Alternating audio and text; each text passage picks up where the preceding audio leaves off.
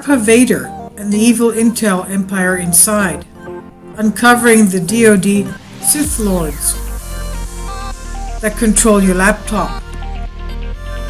One of the best ways to describe the U.S. Department of Defense and DARPA, Defense Advanced Research Projects Agency, is to use the Star Wars moniker Evil Empire to describe its international, secretive agenda to take over the world and turn all of us into neo-feudal slaves who have no choice but to give allegiance to the controllers of the universe, Darth Vader and the Sith Lords. DARPA Vader, quote-unquote, has controlled technological innovation since 1958, when it was created by the military-driven Evil Empire, aka Department of Defense. Every emerging technology from the Evil Empire leads humanity into science fiction fate of machines controlling humans, much like Darth Vader became a weapon that was half man and half machine. There is much wisdom and truth that lies behind the first Star Wars movie, and its story was given to humanity as a warning of how the Evil Empire and its Death Star plan to destroy the entire planet. Folks, this is no longer science fiction. This battle for Earth is going on now, and we, like the Rebel Alliance, must join forces to destroy the Imperial forces of Darth Vader. Aside, do you know the real backstory of Star Wars? If not, see Star Wars, A Secret Weapon, and Why George Lucas Has Kept It Hidden. Folks, the DoD should read science fiction so that they can see how their actions, individually and collectively, are leading humanity into the evil destiny commonly found in sci-fi, such as robot wars, cyborgs turning against humans, computer takeover of the world, endless weapons, and you guessed it, the Death Star. DARPA is the father of warfighting, both conventional and digital. And as we all know, Darth Vader took his orders from the Evil Emperor, and DARPA Vader is controlled by a man they call Yoda. But it is really the Evil Emperor who leads a group called the Highlands Forum, Evil Empire Imperial Command, that directs all military research and development. Who is this Evil Emperor who looks as innocent as Yoda? His name is Andrew Marshall, and for decades this single man has driven the Highland Forum, the Evil Empire, into creating weapons of every sort that have been released into the corporate world and now control your laptop, phone, computer, and every other device with a microprocessor inside, especially the evil Intel Empire inside. Intel inside is found in our private digital devices and is in fact collecting intelligence for the Department of Defense, the CIA, NSA, who are all members of the Evil Empire.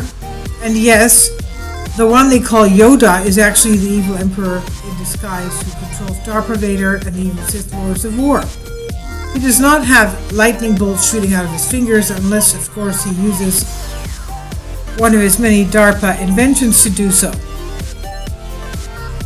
The Evil Emperor, as we call Andrew Marshall, was the director of the United States Department of Defense Office of Net Assessment from 1973 to 2015. He was appointed by Richard Nixon and remained in office during all successive administrations that followed until his retirement January 2, 2015. Marshall created the Highlands Forum as a secret think tank for warfare innovation. All meetings are invitation only and not open to the public, and no written records are kept. Very strange, isn't it? Marshall created this type of secret platform so that no one could prove the Highland Forum exists or has the greatest power ever over tech warfare on the planet. DARPA and the Highland Forums have essentially taken over the world, and few people have noticed. From creating the devices that control all nuclear weapons to incubating the technologies that created the Internet, originally ARPANET, Intel microprocessors, Cisco routers, Google search engines, Facebook, the Internet of Things, iPhones, Microsoft software, McAfee security software, and all conventional and digital warfare devices, among many others. The Highlands Forum has been the headquarters of the Evil Empire, Imperial Empire, for 5 decades. The Evil Emperor, Andrew Marshall, has the blood of millions on his hands, and yet he is considered as an American hero instead of a warlord criminal. There is an Intel inside. To be truthful, this ad should read Intel looks inside. Ever wonder why Intel used to run those warm fuzzy ads letting us know that there was an Intel inside, as if we had a choice of what microprocessor was inside a computer?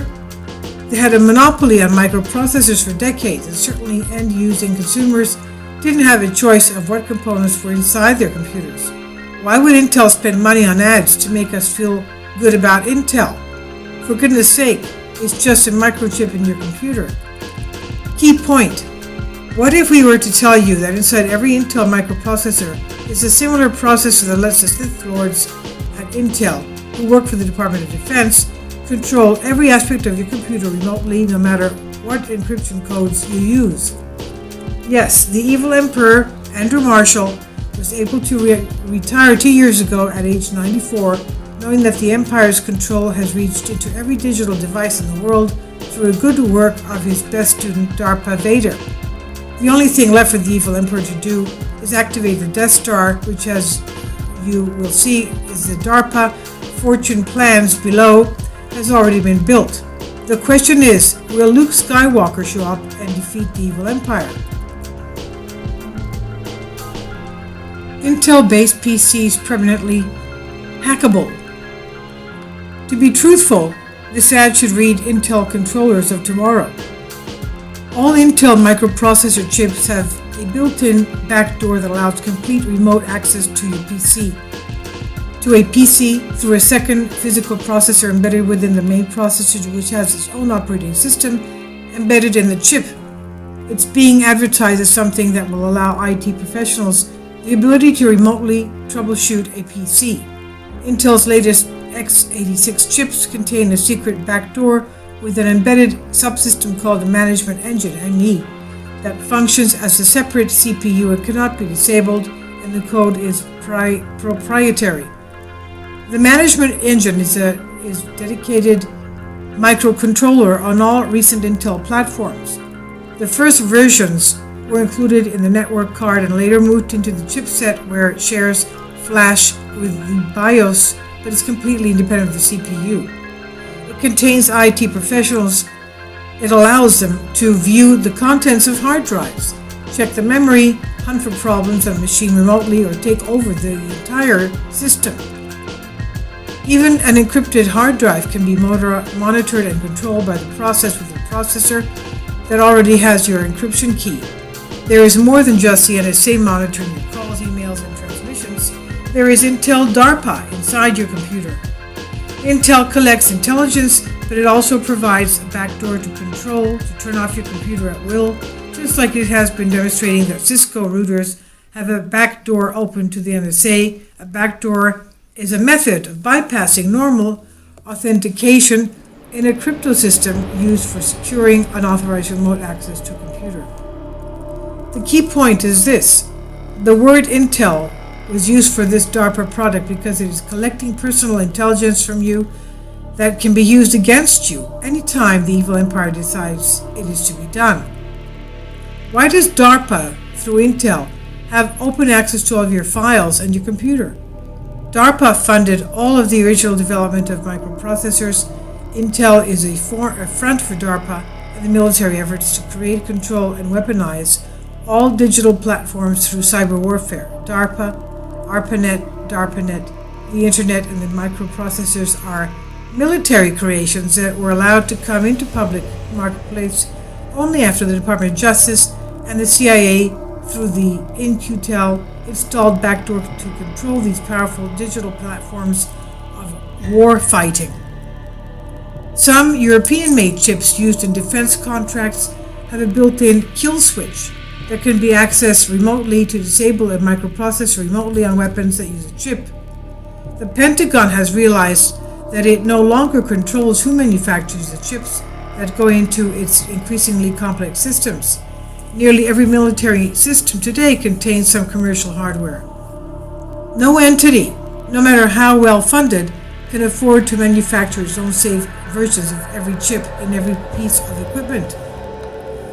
Vetting A chip is nearly impossible. It requires a scanning electron microscope to examine the many layers of a chip and the millions or billions of transistors. Semiconductor chips are made in Singapore, Taiwan, China, Europe, but Intel designs and manufactures all their own chips in their own fabrication in plants in America. Defense Science Board, which advises the DoD on science and technology developments, warned in a report that the continuing shift to overseas chip fabrication would expose the Pentagon's most mission-critical integrated circuits to sabotage. The board was especially alarmed that no existing tests could detect such compromised chips, which lead to the formation of the DARPA Trust in IC program. Each year, secure government computer networks weather thousands of attacks over the internet from places where most of our electronics are being manufactured. Any manufacturer who can penetrate government security can find out what chips are being ordered by the DoD and then target them for sabotage. In other words, DARPA Vader and the evil empire are in open warfare with a rebellion that has hijacked the microprocessing industry in the infiltrated and imperial command. This is the end of part 1. Part 2 follows.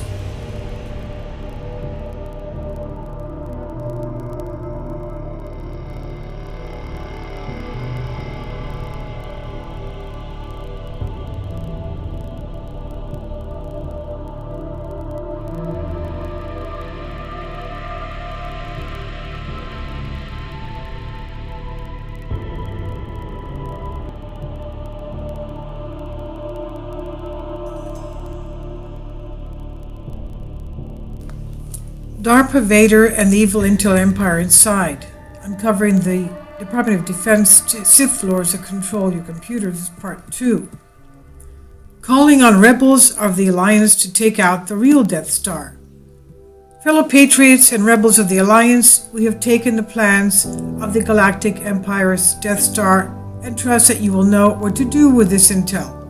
Rebels have been preparing themselves since 1977 when the first Star Wars was released to face the real evil empire, Darth Vader, the Sith Lords, and the Imperial Command. This is no longer a science fiction fantasy or sequel to the next Star Wars. This is the real war, and all rebels of Alliance are called to save the galaxy, or at least Western civilization. The civilian intelligence report was previously given in a recent article. If you have not armed yourself with this intelligence, please do so now. It's entitled The CIA and Deep State Exposed. We need all Alliance rebels to analyze the Death Star's plans and identify vulnerable exhaust ports that connect to the main reactor. In this additional intelligence report to fellow Alliance rebels, we will show you the following to assist your planning efforts in analyzing Death Star. Microprocessors.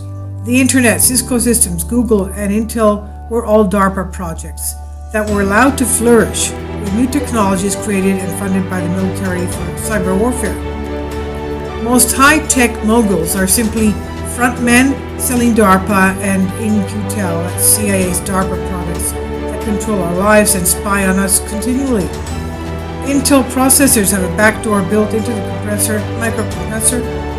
microprocessor that allows complete monitoring and control over your personal computer. Cisco Systems is a front for DARPA routers that were created with a backdoor for the NASA and NSA to spy on virtually every exchange of the Internet. Cisco Systems, Internet of Things, plants netbots in all devices under its control that can be activated remotely and used for cyber attacks. The Internet was first a DARPA project called the ARPANET, which was created as an information technology weapon for cyber warfare. DARPA, the inventors of warfare technology. In 1999, the CIA created its own venture capital investment from In-Q-Tel to fund promising startups and might create technologies useful for intelligence agencies, just like the Department of Defense had years earlier created DARPA. Both groups are controlled by the Highlands Forum, the group. The Highlands Forum provides the ideas and funding for the scientific weaponization of new inventions through cooperation between the military and the corporate contractors. Its biggest success recently has led to the CIA's In-Q-Tel and the development of high-tech networking-based cyber warfare. In-Q-Tel contracts almost all of its work through SIAC, that's Science Applications International Corporation, which changes its name to Leidos in 2013. Leidos is among the top 10 largest defense contractors in the US and has a symbolic relationship with the NSA and US intelligence agencies. The Highland Forum, DARPA, and In-Q-Tel are the secret multinational high-tech think tanks for inventing, controlling innovations that can be made, turned into weapons. Military and information technology experts gather at the forum meetings to consider the impacts of the globalization of IT on U.S. interests in warfare. The forum developed the idea of network-centric warfare, which is now a top concern of military and the corporations that serve it. Now, DARPANet equals Internet. In 1973, DARPA initiated a research program to investigate techniques and technologies for interlinking packet networks of various kinds. The objective was to develop communication protocols which would allow networking computers to communicate transparently across multiple linked packet networks for the use of defense contractors. This was called the Internet Project, Interneting Project, and the systems of networks which emerged from the research was known as ARPANET, later to be called the Internet. In 1986, the U.S. National Science Foundation, the NSF, initiated the development of the NSF-Net, which today provides a major backbone communication service for the Internet. The National Aeronautics and Space Administration, NASA, and the U.S. Department of Energy contributed additional backbone facilities in the form of the NSI-Net and ES-Net, respectively. Thus, the electronic connectivity of the Internet was advanced with government funding. A great deal of support from the Internet community has come from the U.S. federal government, since the Internet was originally part of a federally funded research program and subsequently has become a major part of the U.S. research infrastructure. Cisco Systems, DARPA routers. Once the ARPANET proved to be effective, routers were created that could handle exchanges between systems and computers. In 1998, virtually every Internet exchange went through the Cisco router. In 2010, a research at IBM publicly revealed a flaw in a Cisco operating system that allowed a hacker to use a backdoor that would supposedly be available only to law enforcement agencies.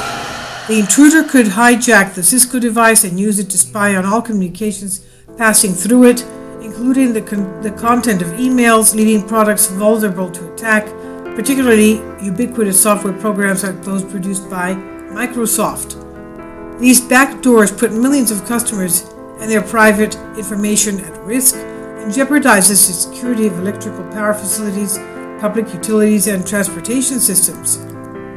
Cisco has been accused of remotely monitoring users' connection through Cisco's link systems E2700, E3500, E4500 devices. They have been reported to by remotely updated to a firmware version that focuses users to register for a cloud service which allows Cisco to monitor their network use and ultimately shut down the cloud service account and render the affected router unusable. Cisco has always been accused of building into their routers a firewall backdoor developed by NSA. The Tailored Access Operation, that's TOA, unit and other NSA employees intercept servers, routers, and other network gear being shipped to organizations targeted for surveillance and install cover and firmware into them before they're delivered. These Trojan horse systems were described by an NSA manager as being some of the most productive operations in TAO because they pre-position access points into hard target networks around the world. The creation of DARPA's Google. The United States intelligence community funded, nurtured, and incubated Google as a military weapon to control information. Seed funded by the NSA, DARPA, and CIA, In-Q-Tel, and SIAC. Google was one among a group of private sector stand-ups co-opted by U.S. intelligence to control information warfare. In 1994, the same year that the Highland Forum DARPA's boss was founded under the stewardship of the Office of the Secretary of Defense, the ONA and DARPA, two PhD students at Stanford University, Sergey Brin and Larry Page, made their breakthrough on the first automated web crawling and page ranking application. That application remains a core component of what eventually became Google's search service. Brin and Page have performed their work with funding from the Digital Library Initiative and multi-agency program of the National Science Foundation, NASA, and DARPA. The NSA needed to control and monitor digital information, particularly the data flowing over the internet. With its millions of customers around the world, Google is effectively a directory of people using the internet. It stores users' emails, addresses, and knows where they're physically located, when they log in, and when they search for what they search for on the web. Google has a profile on every single user. The government can command that any company must turn over that information, and it does so as part of the NSA PRISM project, which Google had been participating in for years by the time it signed the cooperative agreement with the NSA. Under Google's terms of service, the company advises the users that it may share their personal information with outside organizations, including government agencies, in order to detect, prevent, or otherwise address fraud, security, and/or technical issues, and their project against harm to the rights, properties, or safety of Google. Intelligence agencies control the industry. No intelligence organization can survive if it doesn't know its enemy. As expansive as the NSA's network of sensors is, it's sometimes easier to get precise intelligence about hacking campaigns from the target themselves. That's why the NSA partnered with Google. Google's Sergey Brin is just one of hundreds of CEOs who have been brought into the NSA's circle of secrecy. Starting in 2008, the agency began offering executive temporary security clearances, some good for only one day, so they could sit on the classified threat briefs. Private high-level meetings are just one way NSA has forged alliances with corporations. Several classified programs allow companies to share designs of their products with the agency so you can inspect them for flaws and in some instances install backdoors or other forms of privileged access. The types of companies that have shown the NSA their products include computers, servers, routers, manufacturers, makers of popular software products including Microsoft, Internet and email service providers, telecommunication companies, satellite manufacturers, antivirus and internet security companies, and makers of encryption algorithms. The NSA helps the companies find weaknesses in their products, but also pays the companies not to fix some of them.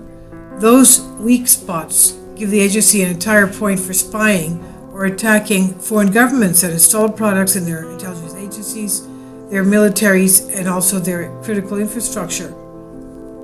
Microsoft, for instance, shares a zero-day vulnerability in its products with the NSA before releasing a public alert or a software patch. McAfee, the internet security company owned by Intel, provides the NSA, the CIA, and the FBI with network traffic flows, analysis of malware, information about hacking trends. Companies that promise to disclose holes, HOLES, in their products only to the spy agencies are paid for their silence. To an extent, these openings for government surveillance are required by law. Telecommunication companies, in particular, must build their equipment in such a way that it can be tapped by a law enforcement agency presenting a court order. But when the NSA is gathering intelligence abroad, it is not bound by the same laws. The surveillance it conducts via backdoors and security flaws in hardware and software would be illegal in most of the countries where it occurs. AT&T is controlled by Homeland Security. The Homeland Security Department conducts meetings with companies through its cross-section working groups initiative. These sessions are a chance for representatives from the large groups of companies with which the government shares intelligence to meet with one another and hear from U.S. officials. The attendees at these meetings often have security clearances that have undergone background checks and interviews. Between January 2010 and October 2013, the period for which public records were available, the government held at least 168 meetings with companies just in the cross-section working group. There have been hundreds more meetings broken out by specific industry categories such as energy, telecommunications, and transportation.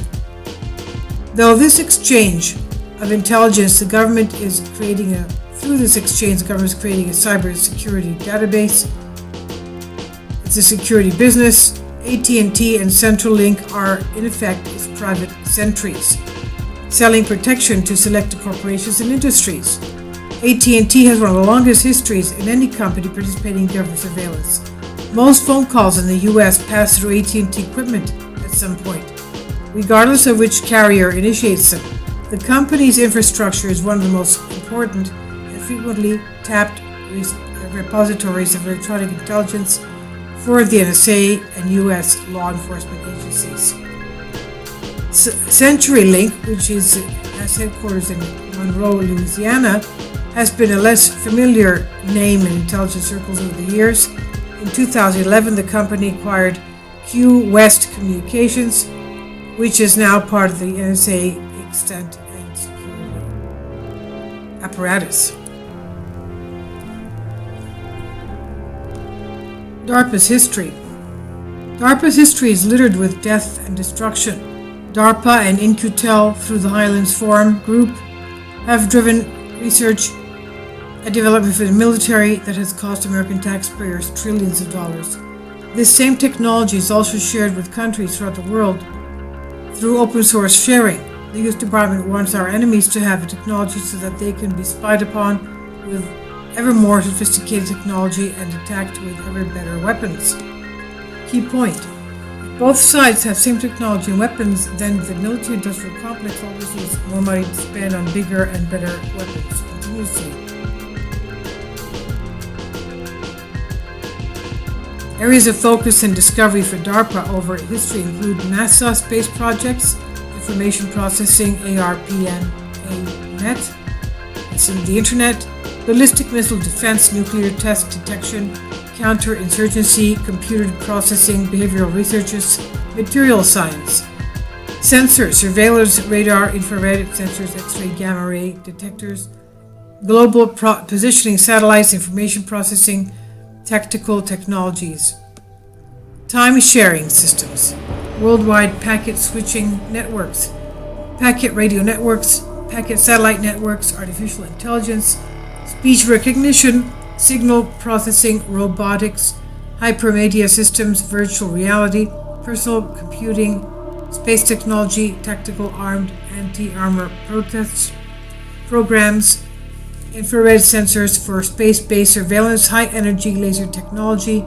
anti-submarine warfare, advanced cruise missiles, advanced aircraft, defense applications of advanced computing, integrated circuit research, sub-micrometer electronic technology and electronic devices, very large-scale integration, charged particle beams, automated target recognition, space-based censoring, propulsion, aerospace planes, hypersonic research, strategic computing, advanced processing network technologies, lightweight satellites, interstellar travel, X-planes, computer security, and cyber warfare, to name a few, that have come up into public domain. The list above is only the tip of the iceberg for DARPA projects. We do not know if the projects that are still classified, which could potentially be a much greater list. Every project of DARPA and In-Q-Tel have been weaponized before they are shared with the companies, who then are the front of the DARPA-sponsored company. DARPA and In-Q-Tel kept the encryption codes and built the back door so that they can always attempt to control the military weapons that have been released into the corporate world for public use. And this is a list of DARPA projects on the drawing board, or at least the ones that we know about. You might notice that the ideas are completely insane and only perpetuate continual warfare. There's a list here in the article I'll leave below for you. Whether we think it fair to say that any reasonable person would agree that DARPA Vader is simply evil and focused on killing, warfare, and manipulation science. The list there that above shows the insanity driving the agency that's not being controlled by the government agency outside of the military. There's no limit to research and development for warfare, and any idea that advances warfare is funded and put into production before anyone can object. According to DARPA and In-Q-Tel, innovation and technological advances must first be a weapon that can be controlled by its makers, the military. What a rebel alliance can do to stop the evil empire. Investigate, audit, and then defund DARPA, In-Q-Tel, and the Highland Forums. And the Highland Forum investigate all participations for industrial military espionage. Stop using integrated circuits, chips, and microprocessors from foreign countries. Investigate Kisco, Google, Intel, Facebook, Microsoft, Apple, and other DARPA-sponsored and funded technology companies, and seize ownership of the companies with the U.S. taxpayer, whose tax dollars created these fronts. Seize the assets of all corporate companies found to use backdoors in their products for any reason. Stop the NSA from using backdoors on routers, microchips, and processors, and close those avenues of manipulation and surveillance. There may be other strategies and tactics that we haven't listed, and we welcome your ideas and call to action to your community of rebels and patriots. We ask the citizens around the world, call their inner Hans, Luke, and Leia. The story of Star Wars is more than a science fiction movie. The characters and plot are deeply embedded memes that actually point to the truth about forces in the world that wish to destroy humanity. Guided by the spirit of Obi-Wan, we can each find the force within us to destroy the Death Star created by DARPA and the DoD, and yes, save the world. Rebel Alliance United. This is on Aim for Truth.